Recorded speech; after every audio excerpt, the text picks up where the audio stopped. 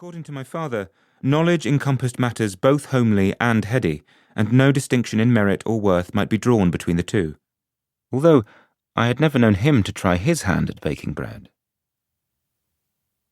There was a faint furrow etched between my mother's brows. We looked nothing alike. She was slight and dark-haired, while my siblings and I bore the blonde and blue-eyed stamp of House Varai and our father's lineage.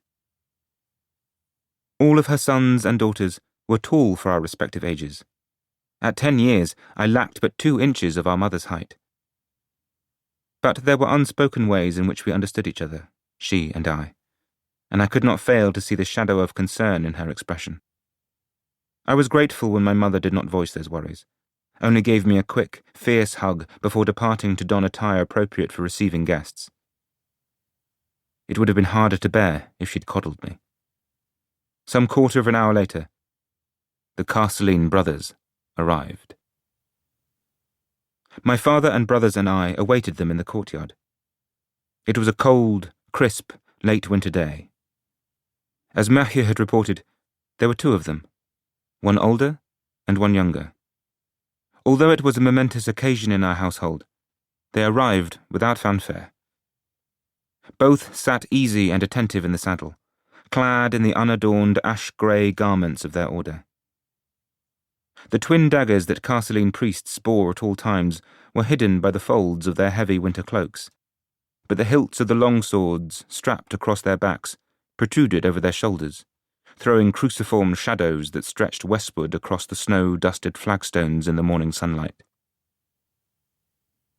Catching sight of us, they nudged their mounts into a collected trot, the sound of well-shod hoofbeats echoing across the courtyard.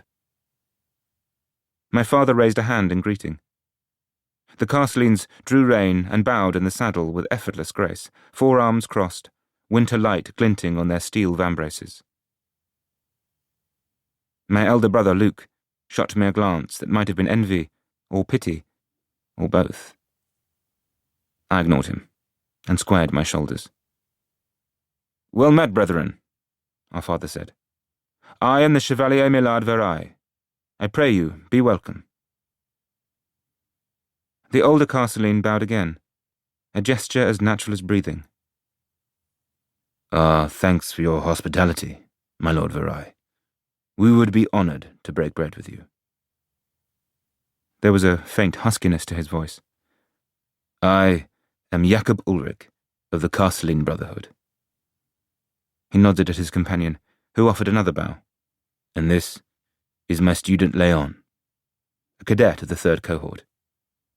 I trust you know why we are here." "We do," my father affirmed. Jacob Ulrich's gaze scanned my brothers and me before settling upon me, as I stood between them, neither the oldest nor the youngest. "You must be Joscelin." I stiffened my spine. "Yes, Messiah."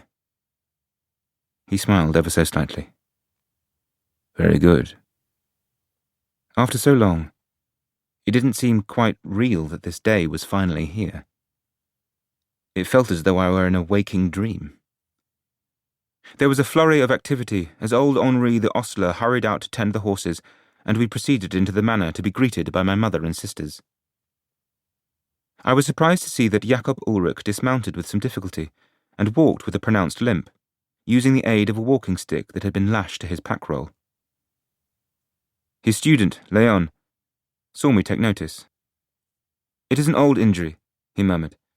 "Do not make the mistake of thinking him any less the warrior for it." I inclined my head in respect. "I will not." Inside the manor, chaos swirled anew as our guests were divested of their cloaks and ushered to seats by the great fireplace. Members of the household bustled in and out of the kitchen and larder, while an indeterminate number of tall, hairy Siavalese hounds milled around in circles, tongues lolling in excitement. I was accustomed to my father being the calm centre at the heart of our home, but this morning it was our visitors. Jacob Ulrich had accepted a seat by the fire and slung his baldric across the back of the chair. His walking stick was propped against it, and he stretched his bad leg toward the warmth of the fireplace, rubbing it absentmindedly.